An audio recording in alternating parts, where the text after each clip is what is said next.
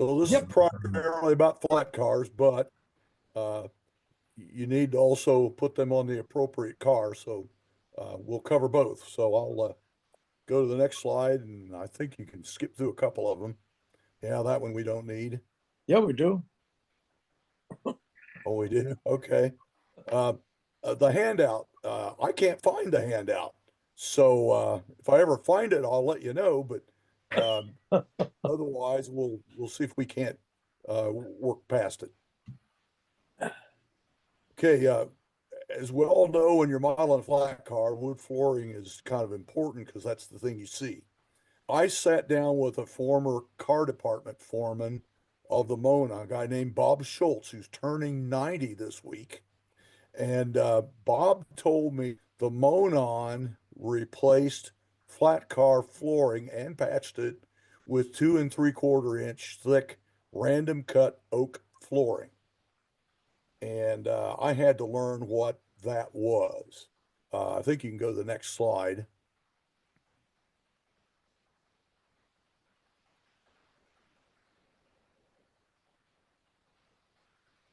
Okay. This is a carload of random cut lumber. What random cut means is it's 2 3/4 inch random cut means the boards will always be 2 3/4 inches thick, but they won't be the same length and they won't be the same width. That has to do with the size of the tree.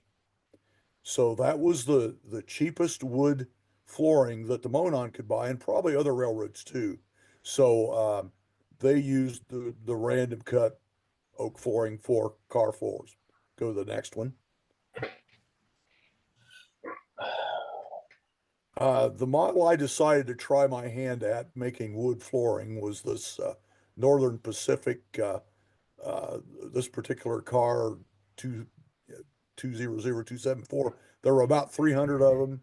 They were built in the NB shops by in the 30s, I think, from other cars. So they've been around quite a while. And it just so happened that Central Valley made a kit for these, and I was building a over length Northern Pacific load, and I need an idler car. So I thought this would be a good way to go. Now, truth be known, I haven't built the other car yet, so I've got this thing running around. Let's go to the next one. Take a look at how to build it. That's the finished car with uh, the real wood flooring on it. Now, I make the wood flooring from stir sticks. I found in a number of places where you go to drink your coffee or your tea, they'll give you a wooden stick to stir it with. And I started glomming onto those and measuring them. And sure enough, the really thin, cheap ones are 040 thick, and the better ones are 080 thick. Well, I wanted the 040 ones, though. In fact, I'm going to be staying at my favorite supply location overnight here in a couple of days, and I'll be sure and get a few more of these as I'm doing some wood flooring. But let me show you how to do it. Go to the next one. Um, for this particular model, the first thing you've got to do is replace the floor. And you just need a piece of 10 thousandths sheet styrene. And as you can see, I've used that as the base of the model and put the underframe on that. I recommend you use black if I had to do that over. Go to the next one. Now what we're going to do is cut the boards for the floor. You measure the width of the car and cut your stir sticks into pieces that wide. Now those pieces are too wide. So once you get them cut, you go to the next step. You cut those pieces in half. That's the random part. You can never get them exactly the same, especially if you don't use your chopper. So I just lay a razor blade on them and cut straight down, and that cuts them generally in half and makes the random width. We already sawed the boards to length. If we were the guys doing the job, we would have picked the boards out of the pile, one that had the right length. We would have cut it the right length. with the only saw that we had, which was in the shed. Then we'd carry the board out to the car and put it on. And go ahead and I'll go to the next one.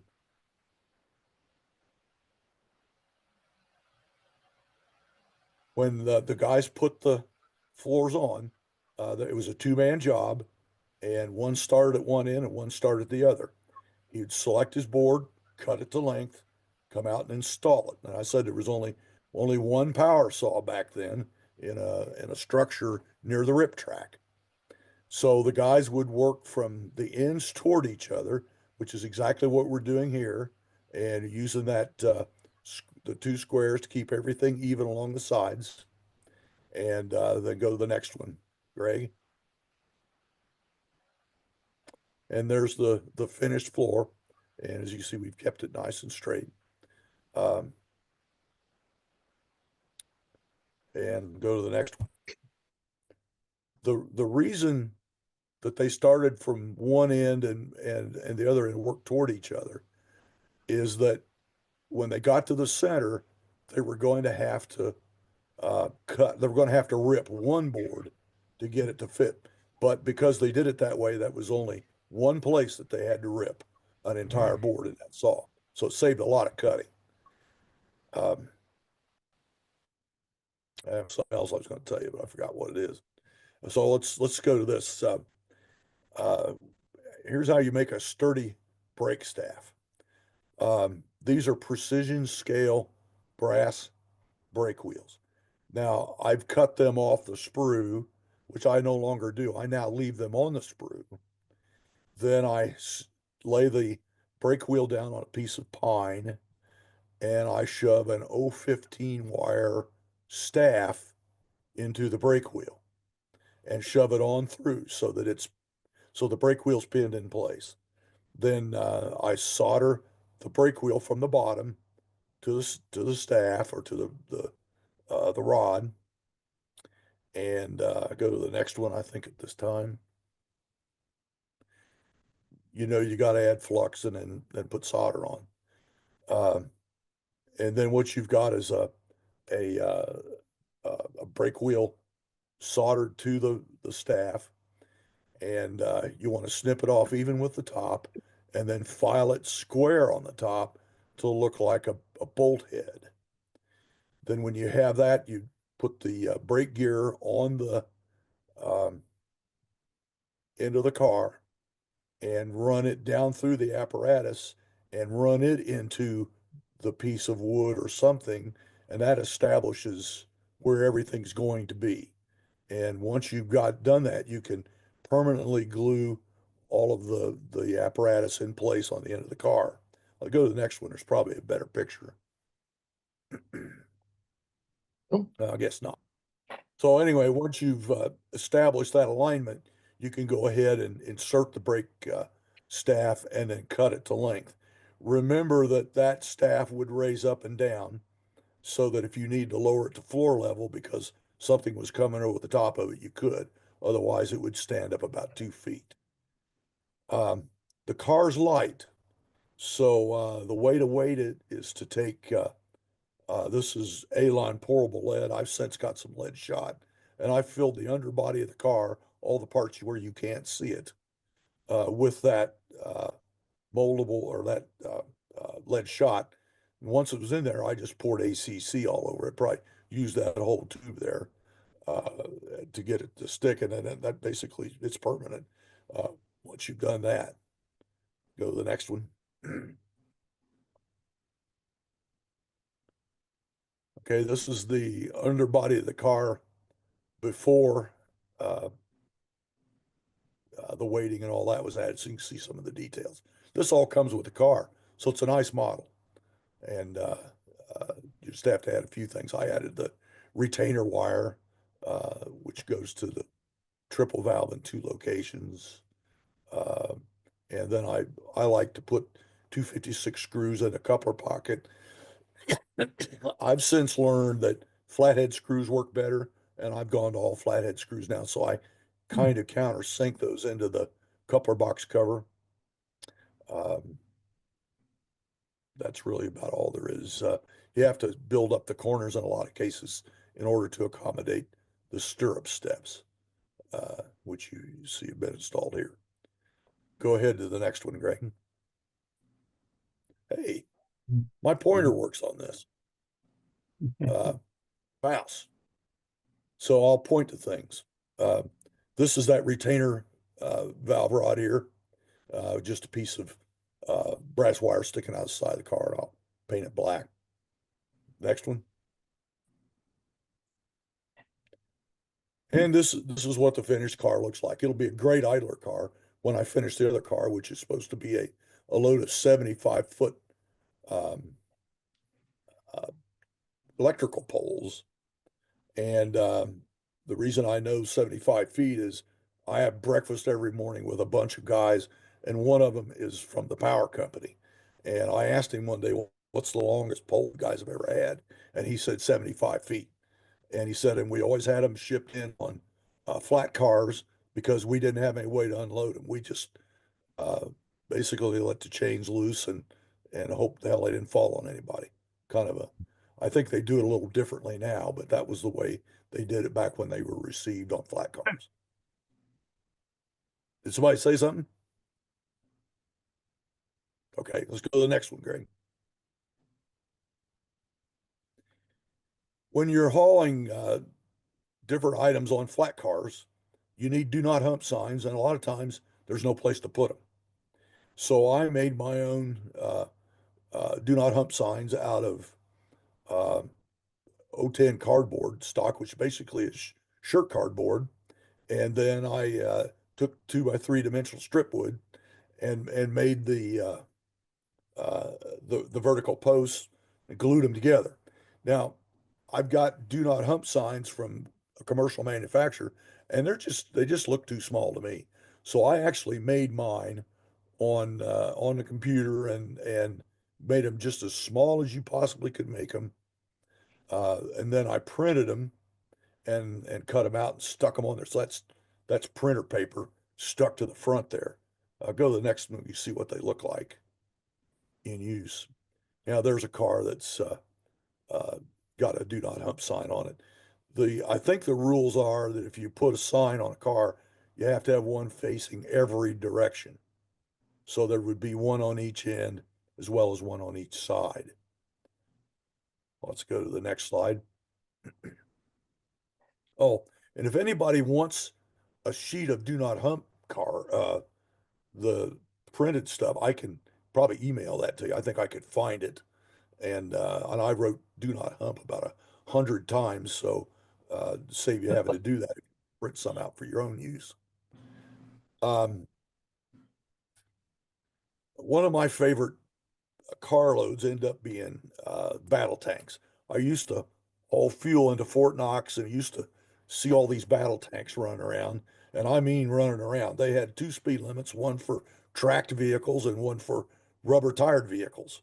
So you were sharing the road with these guys.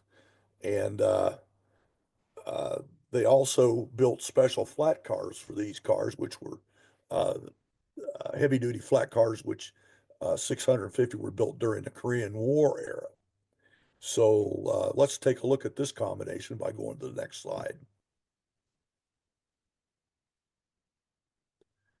Okay, this is a train load of M60s.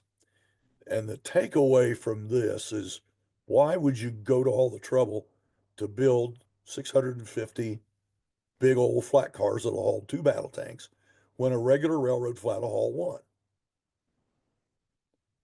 And I didn't know the answer until I talked to another transportation professional who explained to me that if you had 100 tanks on 100 cars, your train might not fit in the sidings, but your military train with 100 tanks on 50 cars, which were 54 feet in length, would fit in those sidings. So it was acknowledgement that at that time, a lot of the railroads over which the military operated didn't have really long sidings, and therefore the trains had to go through or couldn't wouldn't fit on sidings. So that's part of the rationale for doing that. Go to the next one.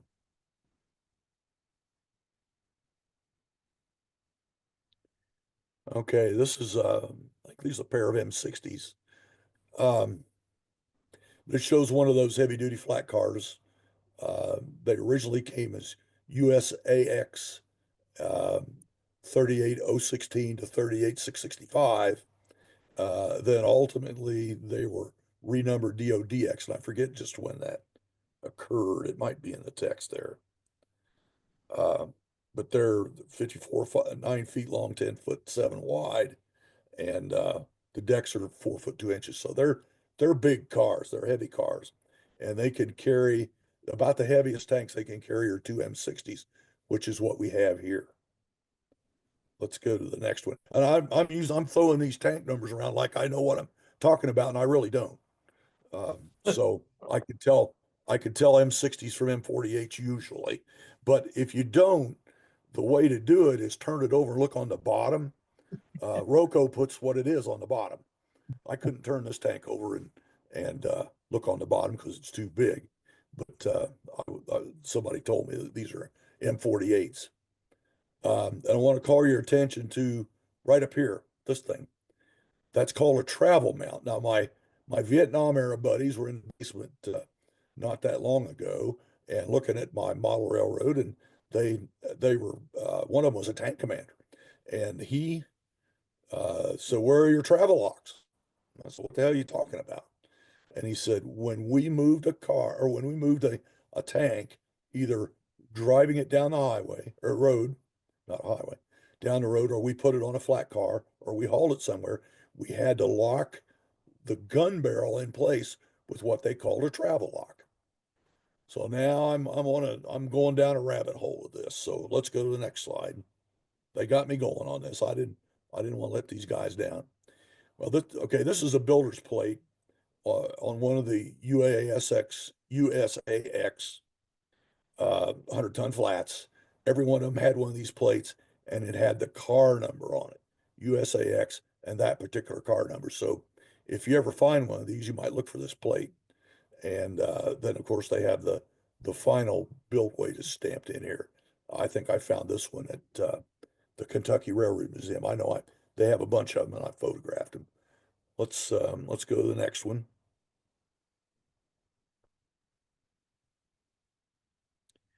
This is the Kentucky Railroad Museum and just shows you um, one of the cars. They phased all these cars out after 40 years. So I think they were built in 52. And so after 40 years, uh, they phased them out. But the government didn't just scrap them, they gave them to a lot of people. Many of the railroad museums throughout the country have one or more of these cars, and they're handy. They're good shape, heavy, and museums like them. So, and this one was at the Kentucky Railroad Museum in New Haven, Kentucky, and that's a steam locomotive boiler sitting on this car, along with some rail. So they were putting it to good use. Let's go to the next one. This is my model of one of those USAX cars. This is the Roco model, and basically, this is a paint job. I had to build ends for it. They originally came with Talgo trucks, so I cut that feature off and put new wheel sets in the trucks. I can't remember what size, but they were probably 33-inch wheels. I hope that's right. And then I built up the end sills and installed coupler pockets and filled some holes in the floor. It's a styrene floor, so I weathered that and filled in some holes where Roco had made it so you could attach something there. And then this was a drab, military drab color. And you're not going to believe this story, but I didn't know what color to paint this stuff, including my battle tanks. So I went to the hobby shop in Muncie and I walked in. I said, I want to paint military stuff, green. And the guy says, "Well, you're in luck. I'm a reservist." So he apparently knew all about it. So he sold me three different bottles of green and he said would work. So, okay. And so now I left and I'm driving down Jackson Street and I stop at a stop sign, stop light, and up beside me pulls a military. ambulance that had been retired and some guy had restored it. So you should have seen me shaking the hell out of those bottles and holding them out the window and everything else to see which one of those colors was the closest. And I finally got it, a local color, but I can't remember what it is. Um, this car is these decals are old Walthers decals for the car lettering. K4 now makes them, so we have that taken care of. There's one other little problem with this car, and my friend uh, Mr. Lawler, I can't think of his first name right now. I'll see him at Cocoa Beach here next week. Pointed out to me that the bolster centers on this car are 10 or 6 inches inboard from where they should be. So on my next car, if I am to do another, I'll move the trucks out 6 inches. I'll probably move these out 6 inches. Now, this car is the deck is set up to accommodate metal tanks. This is the blocking that they used. I got the uh, equipment, open top loading diagram equipment or a book out and saw what they need to do this. So in addition to that, they also put 4 cables on each tank, which I didn't do because I like to be able to remove my loads. So I didn't do that part. So let's go to the next slide.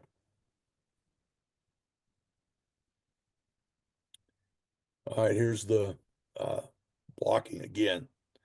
And this, the M48s, M47s, and M60s were roughly the same. So they, you could interchange the tanks. Now you do want to look at where the handbrake is. Um, you want to make sure all of this stuff is 2 feet away from that vertical staff brake. And that was a drop shaft brake because they circus loaded a lot of this stuff before they blocked these on. And go to the next one.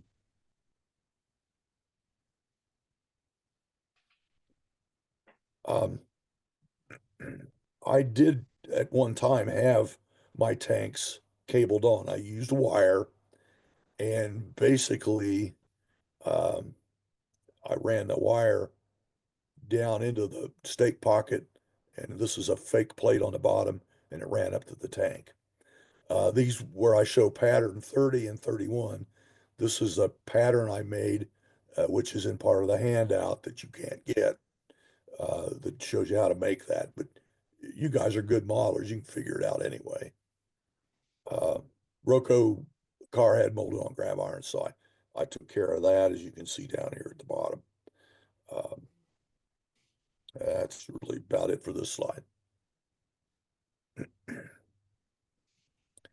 So I needed to get a little experience with a battle tank, so I went up to Alexandria, Indiana, where they had this M60 set out front. So I climbed all around and I was having a big time till the boys that had been drinking inside the VFW came out and wanted to know what I was doing, like I was a terrorist or something.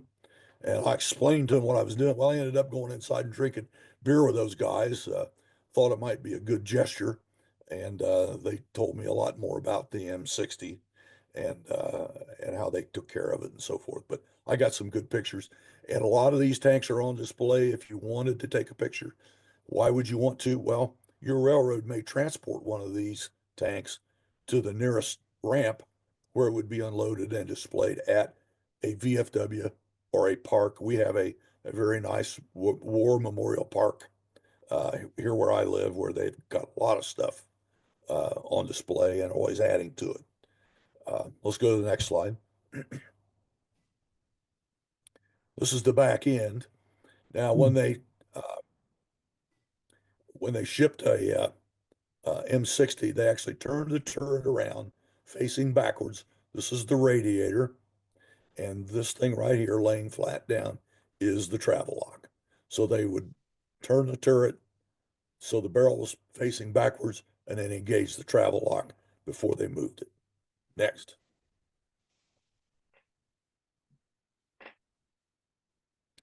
Close-up picture of it.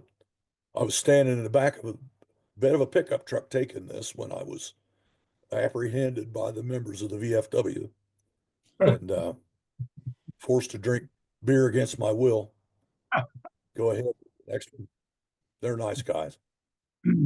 So this is the model, and this thing is supposed to be the travel lock, but you can't engage it, which is what I need to ship this tank um, by rail.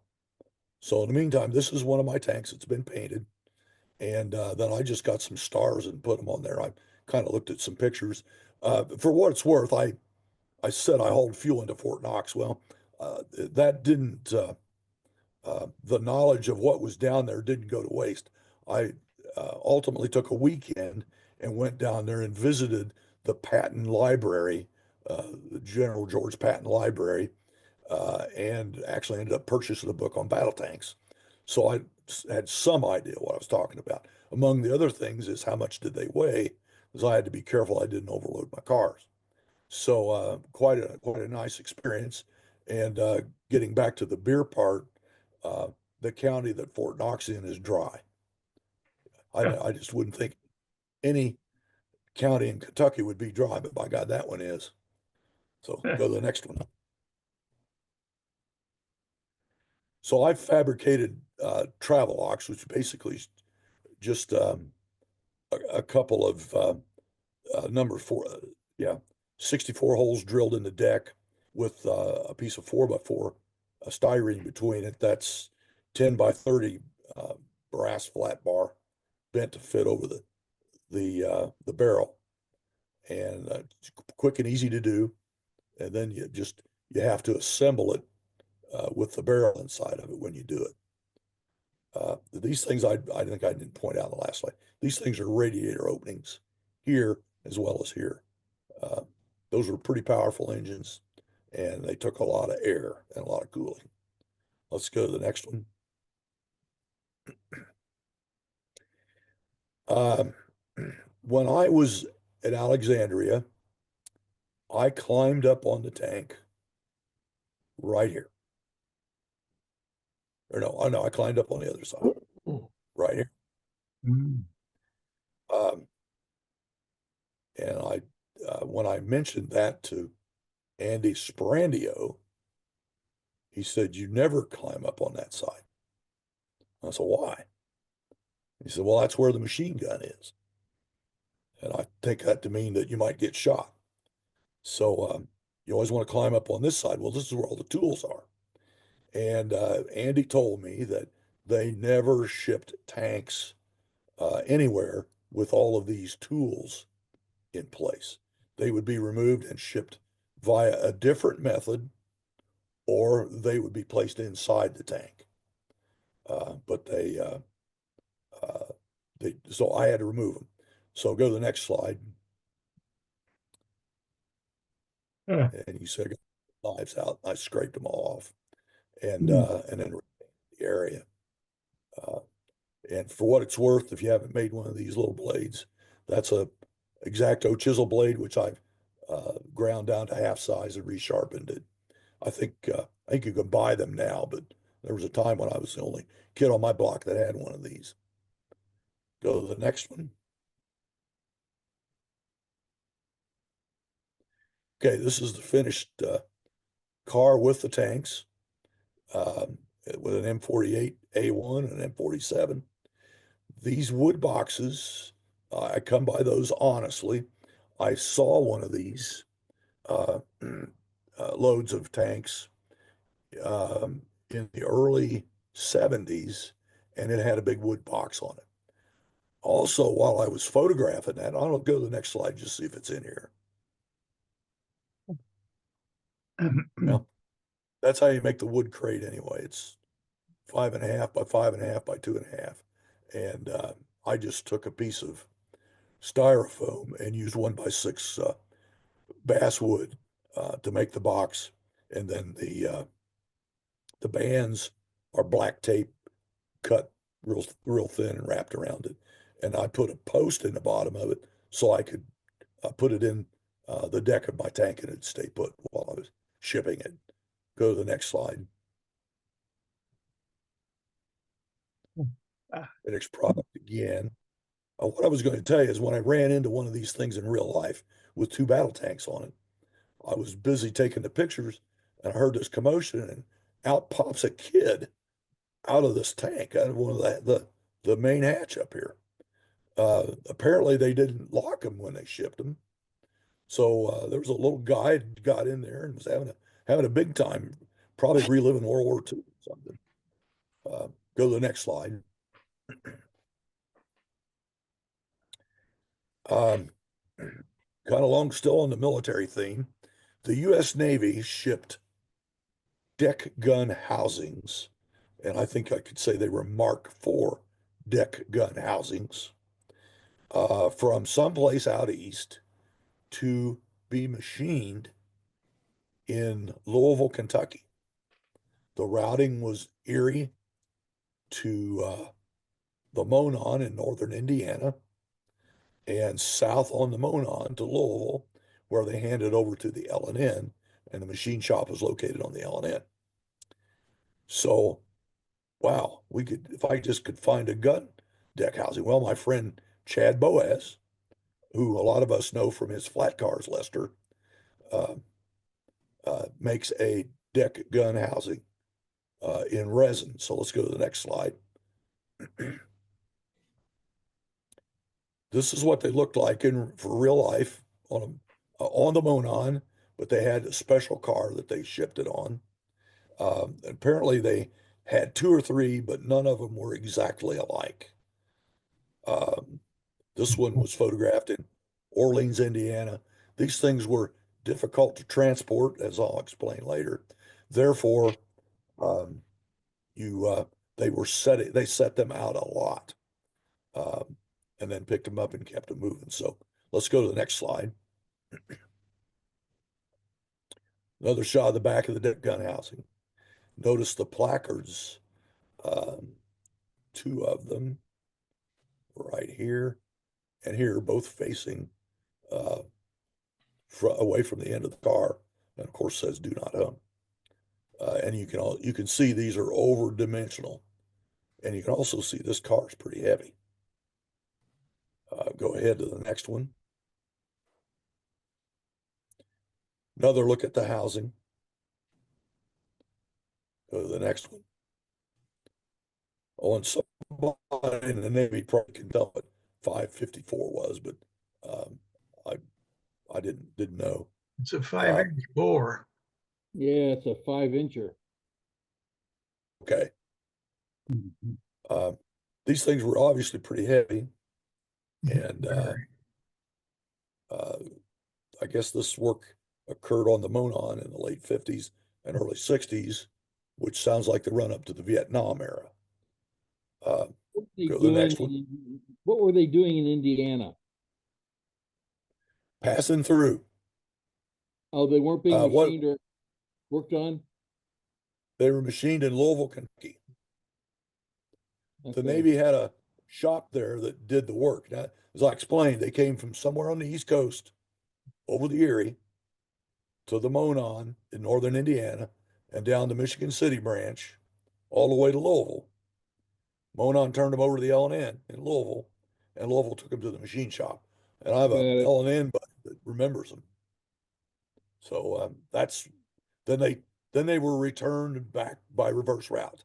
And I assume they went out to the East Coast and they were reinstalled on. I think these were on cruisers, but I'm not a Navy guy and I don't know enough about them. They 5 inch guns were on everything. Yeah. Okay, Yeah. they I mean, installed them on everything. that was like the standard small rifle, and that's called a rifle, by the way. But that they were on everything. Yeah. Okay, so I'm in error by calling it a deck gun. It is No, the deck. Am I in error in calling it a deck gun? no, No, no. Okay, not at okay, all. okay. I Let's used go to to the next work slide then. when I was in the Navy. I used to work on the optical gun sights on those. Okay, then you know how big they are.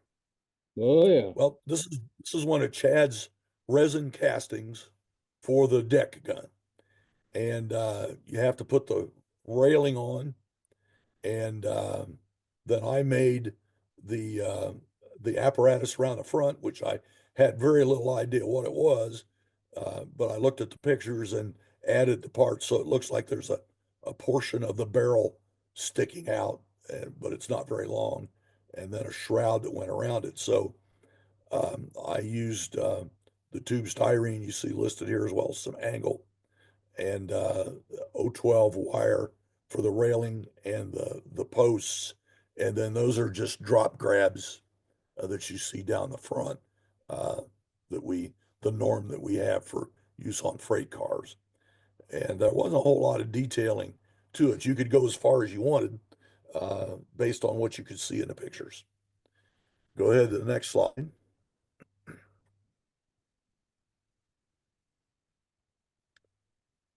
Um, yeah, this gives you a little bit better look at the 093 styrene with the 060 insert. That's what I made the little nub for the barrel.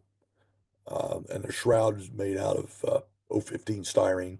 Here again, this was all pretty much guesswork, but the thing turned out suitably. So go ahead to the next one.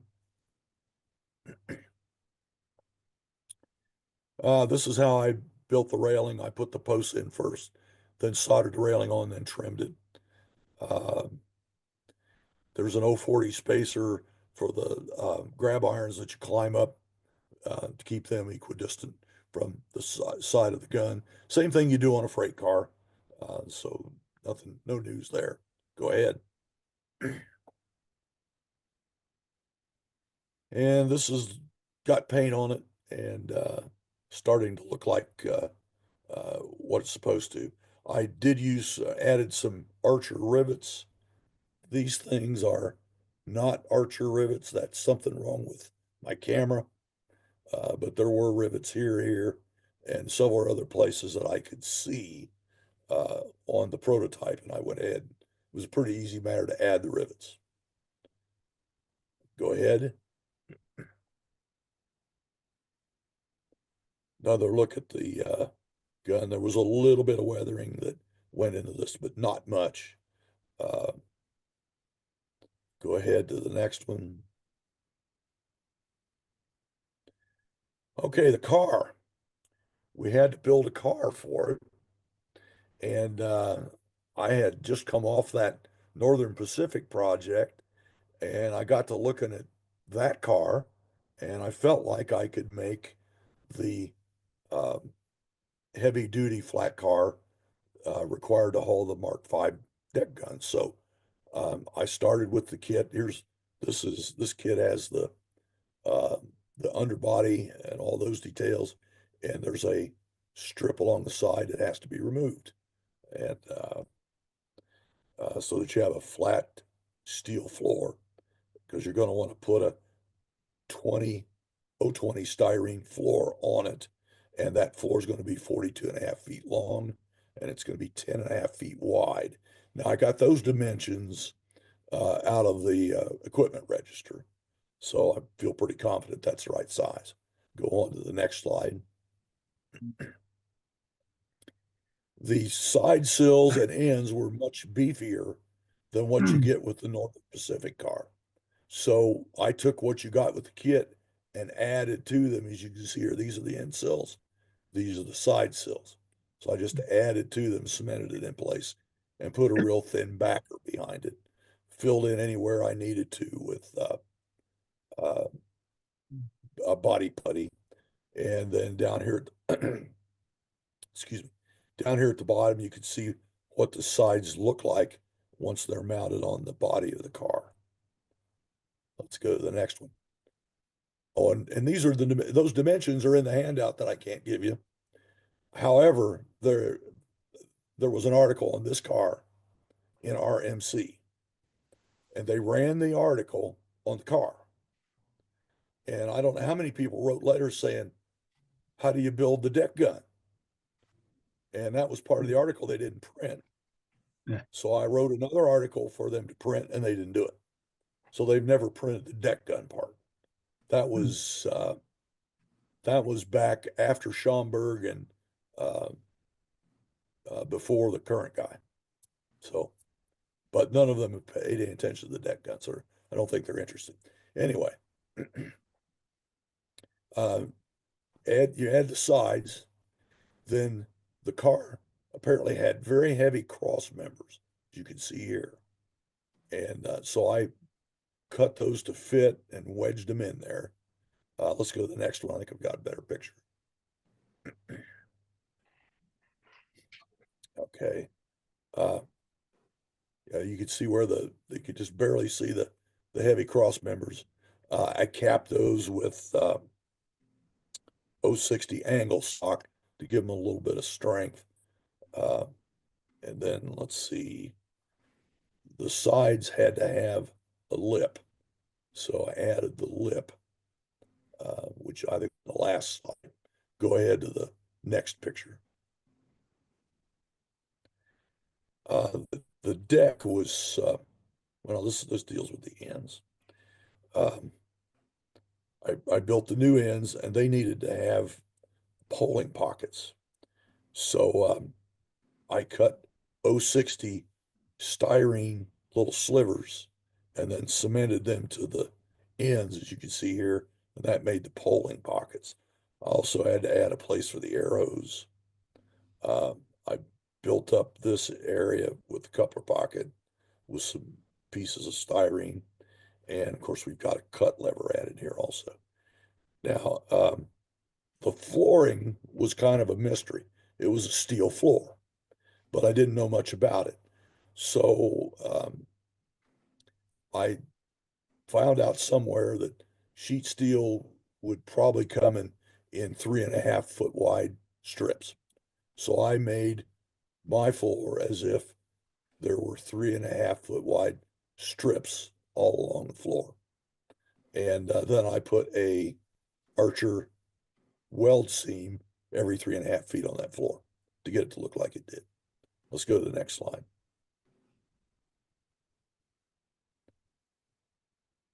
Okay, car had route card holders or tack boards. So I made those, uh, and as you can see here, there's not much to it. 9x12 with 1x2 vertical strap. And I made them together and then cut them apart, one for each side, and cemented to the side of the car.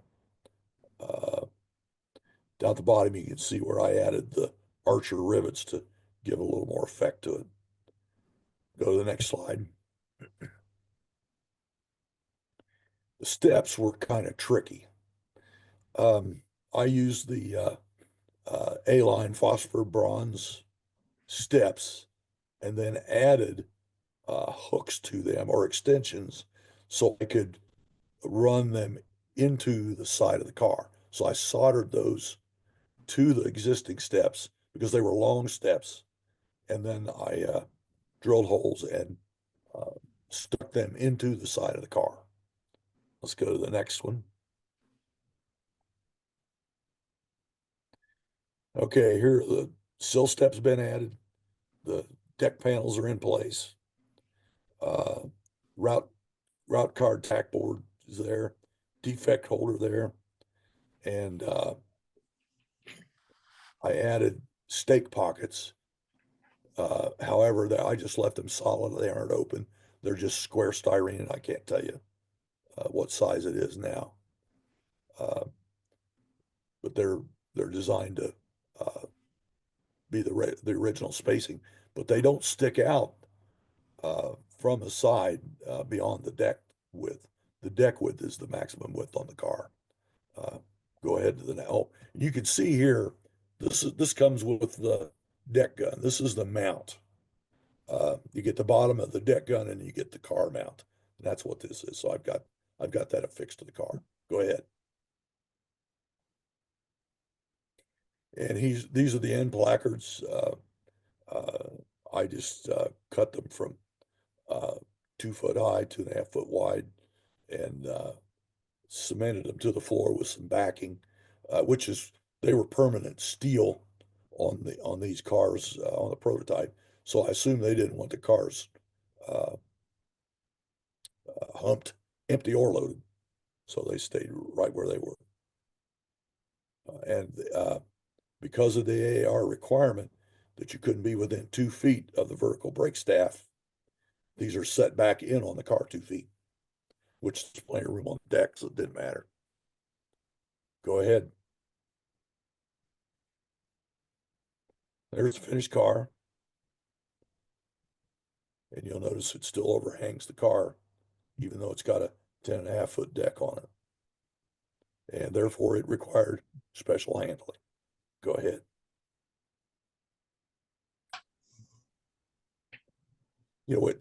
Come to think of it, I think I used lettering out of an alphabet set. And then the capacity data from the scrap box, there's no lettering for this car. Because these were oversized loads, the Monon only handled them in local trains. So once they were interchanged from the Erie at to the Michigan City branch, a local picked this thing up and they carried it behind the head in caboose. And there were some special requirements that when there was a clearance involved, the brakeman had to dismount, the head brakeman had to dismount and walk the car. And that means the locomotive and the train had to move at walking speed only through all of those bridges and other close clearances. So they sure as hell wasn't going to put that on a road train. That was going to be on a local. And I can tell you this, it annoys the hell out of my operating crews now. So I'll bet it was really rich on the Mona. Go to the next one. Just a closer look. See those tiny do not hump signs? That's where they did put them. They did have them on there as well as do not hump on both ends. Mm. I've since replaced that with a larger version that I like. Go ahead. And here's a picture of the prototype. This is a northbound local on the south end of the Monon. South end usually rated 2RSs, pretty busy. And then this is the rider caboose. It's where the conductor and the head brakeman rode. And then that first car is one of those deck duns. So every time they stop somewhere to switch, they have to set this thing out, go do their swing, then pick it back up right behind the caboose and keep going. And then when they got to a close clearance, they had to do the walking speed thing. So this really added a lot to the local crew's day. Next slide. Okay, this project kind of went backwards. I got sucked into buying one of these nice 60-foot flat cars from Tangent, and then I couldn't figure out what to do with it. So I got to doing a little research, and it seems that someplace in Iowa they make these green implements, and a 60-foot car was part of why they were purchased. A car that long so they could get more implements, i.e. John Deere tractors, on the cars. So I even traveled to Iowa and visited a friend and learned about the Waterloo Boy and went to a couple of museums and so forth, to where I uh, knew a little bit more about John Deere tractors than what I could learn around here, although everybody's got them around here. But the only thing I hear about John Deere around here is they complain about the price, but they've all got them. So they must still be money. Let's go to the next slide. So the first thing I had to do was deal with the tractors. And that's a story in itself. I had accumulated a bunch of John Deere Model A's, thinking that was going to be the tractor for my 1958 era. So when it came time to build this car, and I dug in a little deeper, I found out I had all the wrong tractors. I needed the Athearn John Deere Model 520, which was what was being built in 1958. So I had quite a little logistical scramble to get enough models to fill my car. I was buying onesies and twosies from hobby shops all over the country that had one. Here again, I had all kinds of A's. That's what I thought I was going to be using. But no, these were the right tractor. So some of the details that I had to work on to enhance their looks, and it's still not perfect. Uh, the first of all, the exhaust stacks, if they aren't lost, they'll be lost soon. So I replaced those with a piece of styrene tubing and painted black, and that was the stack. Then I had to deal with the radiator grills, the steering columns, and the front axles. Let's go to the next slide. Okay, if you look at the one on the left, that's the way the model comes. And those of us from rural America know that that's not what a row crop front end looks like. So you have to modify that front end by canting the bottoms of the front wheels inward. And so let's go to the next slide.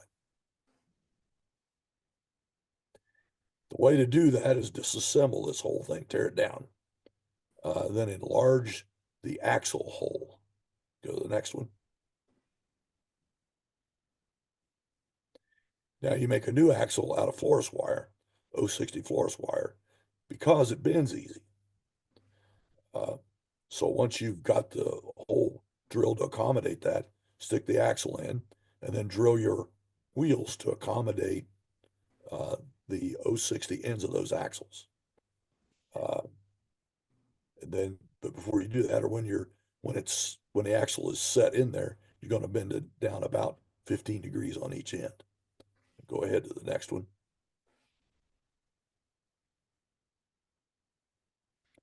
I had to do a bunch, so I made a jig, and basically, um, this shows you when you bend them down, you want to get them to. I got them to fit in my jig, but basically, I was canting them in about 15 degrees. It's not easy to do, but it can be done. And I haven't had any trouble with the tractor since. Um, I don't think there's anything special about this. It's a flat piece of styrene. Then you build it up. You get one that you like, and then you build up around it. So the rest of them will be that way. Let's go to the next one. There's the jig, and it will work for the Model B, the 50, and the 520. Those are all Athearn John Deere tractors. Uh, and it says there leave 040 between the bottoms of the front tires. Okay, next. Or you can borrow my jig if you want to, I guess. I was actually working on this project in a motel room. And it occurred to me that the front of these tractors have vertical grills in them. And what Athearn gives you is just black, just green. So I left my warm motel room and went to the office supply store and bought some of these very fine black pens. And then I had some old cow paper and I drew vertical lines on those. Doesn't look very good. But after I did that, I used some clear fixative on there, which is just clear lacquer. So once the ink was on there, shot the clear lacquer on it, and I basically made a decal. Now go to the next one. So I cut those to size and decaled the fronts of these to get that effect. I think it could have been better, but very honestly, when they go flying by on a flat car, they don't look too bad. Go to the next one. There's a giant hitch on the back of these. And when I started mounting them on the car, I realized the hitches were going to stick over. They made the model so long they wouldn't fit on the car right. So I just had to snip them off and repaint them. I also painted the the shaft here, the steering shaft. Now, I mentioned earlier where I drink coffee. My second home is the Iron Kettle Restaurant in Sulphur Springs, Indiana, which is where the most of my knowledge about the real world comes from. Well, I needed paint. I needed paint to match these models. So yeah. guess who else eats there? The mobile John Deere repair guy. So I say, Rick, how do I deal with this problem? And he says, catch me tomorrow. So the next day, he hands me an aerosol can of John Deere green and an aerosol can of John Deere yellow. And to this day, I either spray out of those or spray them in a jar and put it on with my airbrush. But that's how I repainted all this and repainted the steering shaft with the real deal, official John Deere spray paint. And it wasn't cheap either, by the way. Go to the next one. This is what the cars look like loaded on the flat car. And it took a while of finagling around to get the maximum amount on there, but there are 8 of them on there. And that's the reason for the length of the cars. They could get more of them on there. And by the way, in all, to give credit, Clark Props did an article like this using farm-all tractors. And he was the first guy to do it. So I don't want to act like I invented anything. But I do block these cars in place, but I don't use cables to tie them down, which was really done. And if you go to the next slide, I think I can explain why. No, I can't. Okay. Uh, can you go backwards, Greg? Okay. This carload actually has 3 consignees.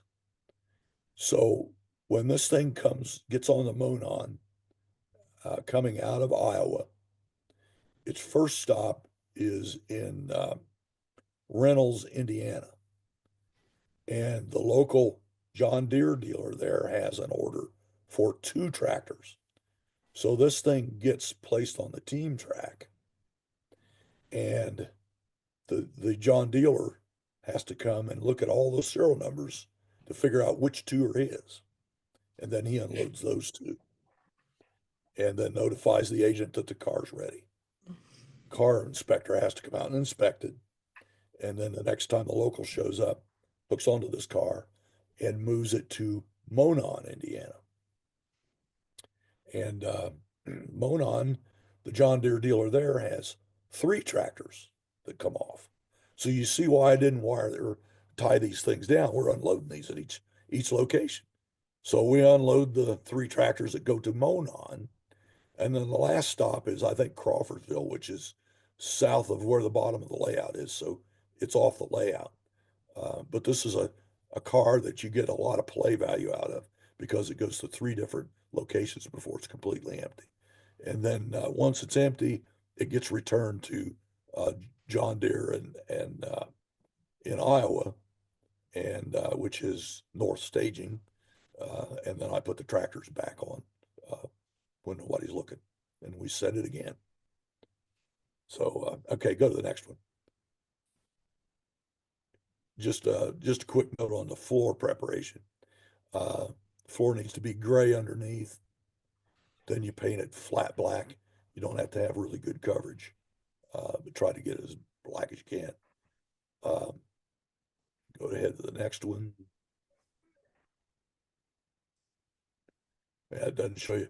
You also need to then rough sand that floor with 80 grit sandpaper. That gives you the texture, and it also removes some of the black so that more of the gray shows through. Because you know the deck is what you see. You really don't have to paint the underside of a car. I've kind of quit doing that, but back at that time I was hell bent on doing it. So it's pretty easy to do. Just mask the sides, and the paint all goes on the bottom of the car. So it's pretty easily done. And it's if you don't paint the bottom of the car black, I'd at least weather the heck out of it. And this was such a nice underbody, it deserved something. So go to the next one. uh, cut levers. That was the one thing that tangent guys didn't do. In fact, I got on the tangent guys. I said, you guys are really kind of screwing it up for me. And I said, what do you mean? And I said, well, you're building cars where there's nothing left for the prototype modeler to do. And they got a pretty good chuckle out of that. But this particular car, they had not put the cut levers on. They do it now on everything they build. I mean, there's nothing left to do to a tangent car except weather it and put it on the railroad now. Go ahead to the next one.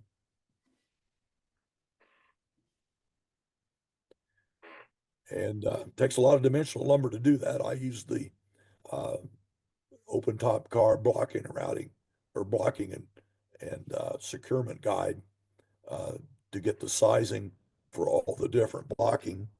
And as you can see in the bottom photo, there's a heck of a lot of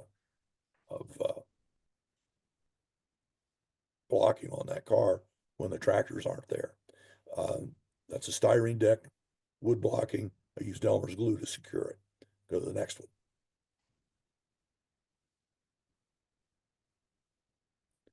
So I built up the blocking. There's 3 different pieces that you need, and I've got them identified as H, B, and C because if you were to look at the handout, which I don't have, that's what it would show you, is how to make each one of those and where they go. And that came right out of the blocking and securement guide. However, this article appeared in Model Railroader, so you can find that issue and it'll give you all the diagrams and stuff that I can't give you here. Go ahead to the next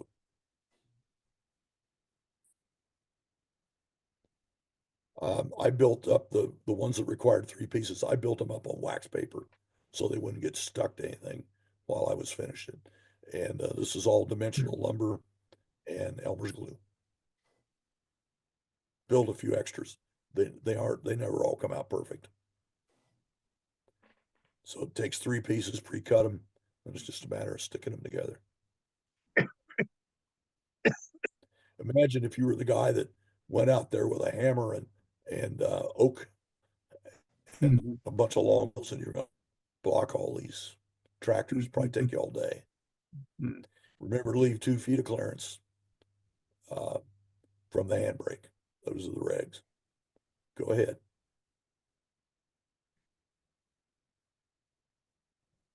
Oh, it said in there that just 60 degrees was about the right turn to get all the tractors on there. This is a trick I learned from Andy Sporandio. You see the little route cards on the route holder. There's some of them that have been more often, some are new and been stuck on there new. Andy used to make route card debris out of yellow sticky notes and then glue them onto these. Now I probably got a little too much on this one, but there probably ought to be something on most of those route card holders, even if it's trash from the one that just got ripped off. But there could be a nice square one on there for whatever this routing this car may have needed. Go to the next slide.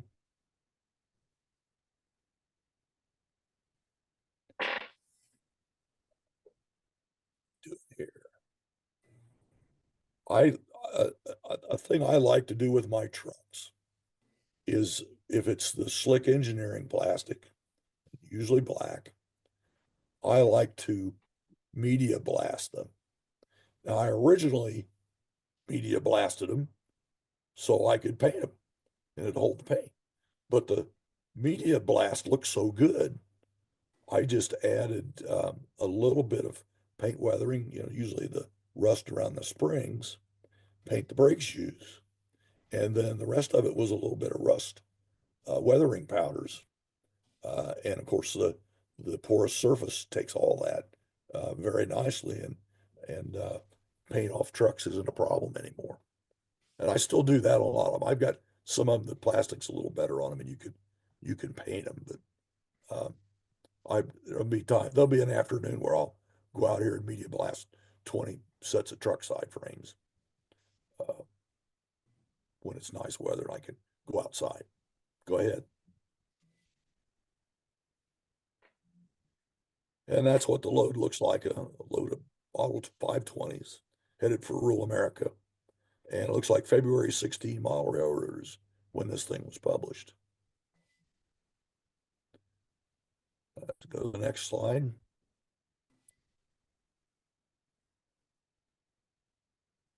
Another picture of the same thing. The row crop front ends. I didn't make a wide front end, but they made the 520 had a wide front end. You could have. I haven't tinkered with that idea yet. You know why they're Go green ahead. and yellow? Next slide. What's that? You know why they're green and yellow, don't you? I know why the seats are yellow, but no. Oh, by the way, on the seats, I wrapped them in brown paper to protect them in transit. But the seats are yellow. But no, why are they green and yellow? So they can hide from the international harvester in the field. Okay. Not, In case a binder starts chasing them. not. Farmer joke. Okay. Uh, Okay. Well, I made it all the way through this thing. Some people there- just there it is. some people don't appreciate green and yellow. I have an Oliver. I've got an Oliver 70. It's Red green. and green. If you go to a Tractor Supply Company, they have Oliver touch-up paint. I was able You to can find get it. the John Deere even in home improvement stores now up here in Minnesota. I see carry they do the- that now. They carry Yeah. the John And Deere you can green get and cat yellow yellow. right from John Deere. Right. And you can get cat yellow also. But If remember you something about if you model a 1973. little more, oh, I'm sorry. Well, in 1973, cat changed their color a little bit. They took the lead out, and the color got to be a little duller, a little golder, and that's the color you see now. They were before 1973 or thereabouts. The cat stuff was a lot more yellow. Say, Mott, going back to those gun housings, Yes, did they have lift rings on them? How did they get them off the flat car? I saw no evidence of them, so I lift don't them know. from the inside. You lift them from the hatch. Oh, okay. They put They got put two something hatches. down in there that expanded and Mhm. just pulled them straight up. Yeah, The, it's a did you threaded get that, rod. Dave? It's a threaded rod. It goes through the floor, and then you can actually lift by the barrel stub on the front.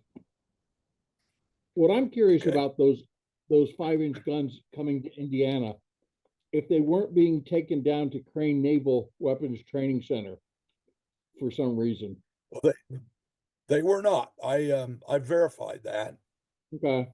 They were being shipped to Louisville, Kentucky, to a machine shop that was on the L&N. Now I got the impression that the Navy owned the machine shop, but they were not tested. Well, first of all, they didn't have any barrels on them. Yeah. So if they took them over to Crane, they couldn't have shot them anyway. But no, they did not go to Crane. Okay. They went right by it. Yeah. I I do was have a in few cars on Rochelle. I was in Rochelle a couple of summers ago and happened to catch a modern John Deere train coming by. The TTX flat cars will hold 3 R7s or 3 R8s with the standard tires. If you get the really big tires in the back, then you get 2 R8s and their extra tire components. And if you buy an R9 and ship it, you get one R9 on a flat car with all 4 of the dually wheels stacked in the place of the second tractor. So no more wood bracing on them, as I feel that would probably be fairly pointless, but chained down Yeah. a lot. So yeah, it was kind of fun seeing your clinic and how not very different the modern tractors are hauled still very much the same. Let me say, as far as I've heard, the only time you see a tractor on a flat car is when it goes export. Otherwise, it's shipped by truck today. Mm-hmm. Yeah, I wouldn't doubt it. There's a lot of these heavy haul guys that they figured out, well, there's somebody have to disassemble some things, but then they get hauled. And part of that is the manufacturers may take that into consideration and build them so they can be hauled, could be taken apart and hauled. Survey time. How many people here were International Harvester employees? Nope, Anybody else? nope, but worked on the M60 tank. Summer of '74, Kansas City Parts Depot. Where did they build the tractors? Most tractors are in Iowa, Davenport area and up north near Waterloo. Pretty Well, much I the same heard places something- the John Deere were being built. Well, I thought they built the M in Louisville, Kentucky, the Farmall M. Not sure about that. That my would have been dad before your was- time. Well, my dad was with the IH for 42 years. He could have told you, but yeah, I'm not sure. Okay. Well, as I understand it, International built engines in Chicago and built the Farmall M in Louisville. But I really need to verify that. And International built trucks in Fort Wayne back then and Springfield, Ohio. Now it's just Springfield. And what engines went into the travel halls? Ramblers, American Motors. Okay. Oh, Harvester built diesel engines in Indianapolis. We hauled the test fuel to them, number one, and number two, when I bought my first diesel pickup truck for the business, it was a Ford and it had an International engine in it. Yeah, I've got a van like that. So when I went to call on International, I couldn't make anybody mad. If I went to call on Ford, I couldn't make anybody mad. I was driving the right vehicle. Excellent. Well, excellent job, Mont. Thank you very Yep. much. Glad your voice held out. You did real well. And so I don't think, do I have anybody lined up next week? I don't think I do. You're So you may interested- want to talk to Steve Miazga. Yeah, I will. And there's some other folks. Jeff is maybe getting something ready for us too. And so if you're if you're ready to present, let me know. We'll get you on the schedule. But we will. I don't see any conflicts in January, so we should be able to meet every Thursday. And so we'll look forward to seeing you next week. Happy New Year, everybody. Happy New Year. Mont, do not hump. Mont, maybe you could send your page of do not hump signs to Greg or somehow send them out to everybody. I guess you could just do Greg or that through Ron, a yeah. reply. I will seek that out. I'll see if I can find it. Okay. Because once you print one, you aren't going to need one for a long time. Now Yeah. there is one conflict coming up. Greg, you were saying no conflicts in January. Well, there's a football game on the 9th at 7:30 Eastern time. It's called the Orange Bowl. Oh, yeah. Go Oh, yeah. Well, yeah, no- we'll I see think there's about that. I think there's a mean, team from South Bend, Indiana playing in it. there may be. Yeah. Oh, so they won, so they're in, huh? Yeah. They're Yep, in. they won. All right, very good. Yeah. Not for self-inflicted flags that stalled out drives, the score could have got embarrassing, actually. Yeah, Well, very good. they Well, played with enthusiasm. Defense was lights out, man. Yeah, they were tough. all right, congratulations to the Irish. Yes. Well, we'll see some of you next week then, and if you think we should cancel, we can do that, but just let me know. Oh, don't do that. Don't do that. All right, very good. Well, see you next week. Thanks, everybody. All right, take care. Bye. Good night. Bye.